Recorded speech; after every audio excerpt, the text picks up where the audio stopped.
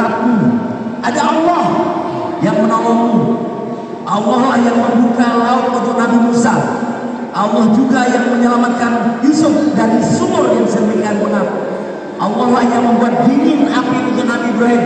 Dan Allahnya mereka sama dengan Allah kita. Itu yang sekalian yakini. Sama. Allah itu maha pengasih, maha penyayang, maha kaya.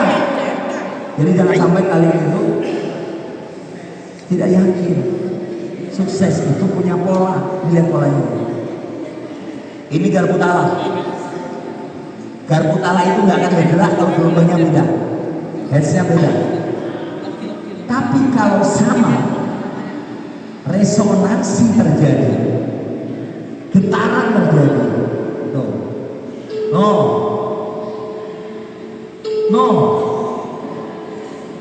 Jadi orang malas itu senang ngobrol sama orang malas. Nggak percaya? Tanya. Udah selesai belum tugasnya? Belum. Dia sudah temunya. Gitu. Itu sama frekuensinya. Ikuti kata-kata saya. Rencanakan masa depanmu. 1, 2, 3. Ketika engkau tidak punya rencana, maka engkau akan menjalankan rencana orang lain. Orang tuamu boleh sukses karena mereka punya rencana. Orang tuamu boleh hebat karena mereka punya impian dan cita-cita. Pertanyaannya adalah, ketika engkau tidak punya rencana, maka engkau akan menjalankan rencana orang lain. Ada proses yang harus dijalankan. Ada proses yang harus dilakukan. Titik-titik ini nggak akan nyambung kalau tidak direncanakan, bro. Guys, ini tidak akan nyambung kalau hanya ditebang. Semua entrepreneur ini penting untuk membuat sebuah mobil. Mobil hebat pun akan kurang kalau remnya nggak ada, rodanya nggak ada, spionnya nggak ada. SMP terbaikmu akan menghantarkanmu ke SMA terbaik yang kau inginkan. SMA terbaikmu akan menghantarkan universitas terbaik yang kau harapkan.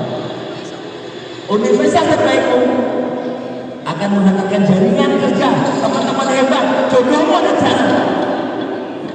Itu perlu kalian tahu. Sebagian besar jodoh itu di universitas dan SMA. Yang pacaran pasti putus. Jadi saya pacaran.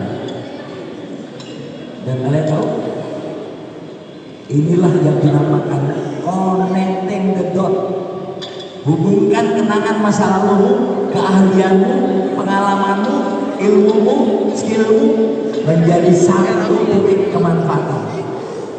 Itulah terkoneksinya yang dinamakan realita cita-cita. Terbuktinya cita-citamu. Udah, mobil udah dari semua tadi. Mobil ini berasal dari semua orang. Nah, kita praktek yuk. Praktek ilmu, pikiran, perkataan, perasaan, dan perbuatan. Kita praktekkan. Yang pertama itu pikiran, kekuatan pikiran. Ikuti kata-kata saya. Ikuti dengan tenang. Bismillahirrahmanirrahim. Saya ulangi lagi, baru 90%. Ya 10% belum siap. Bismillahirrahmanirrahim. Atas izinmu ya Allah, izinkan hamba cerdas otakku, mudah hafalanku, fasih lisanku, lapang dadaku, sukses masa depanku, sukses masa depanku, bertemu orang baik, guru baik, mampu mengerjakan yang terbaik. Sukses adalah hakku. La haula wala quwwata illa billah.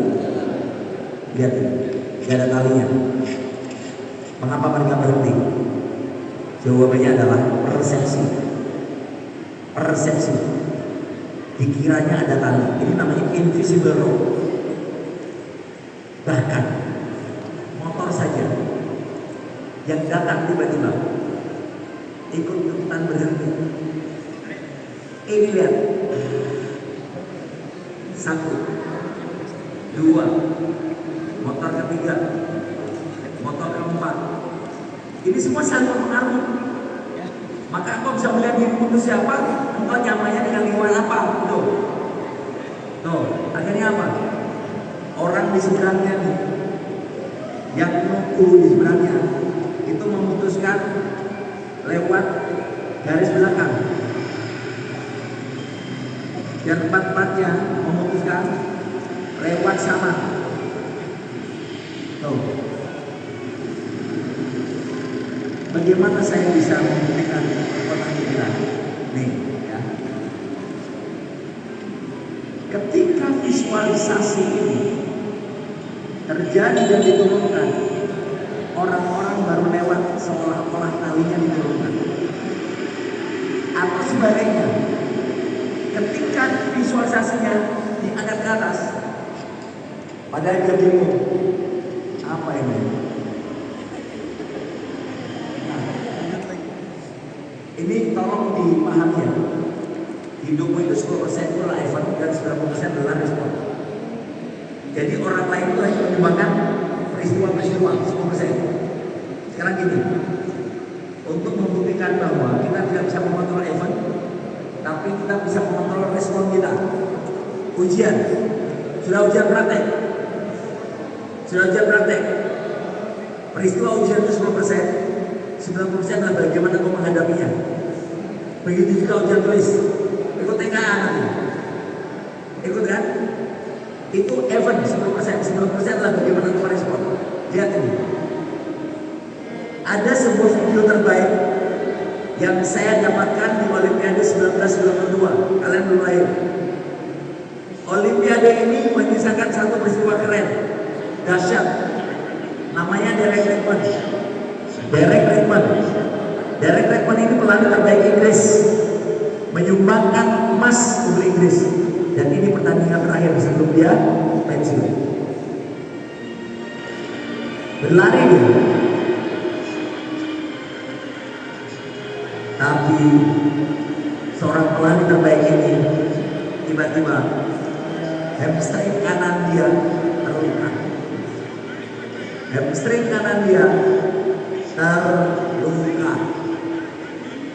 Dan lihatlah apa yang terjadi. Terhenti dia. Hei kawan, dengerin ya. Kadang-kadang kita mendapatkan peristiwa yang tidak kita inginkan. Itu event. Namun 90% adalah bagaimana kita merespon event itu.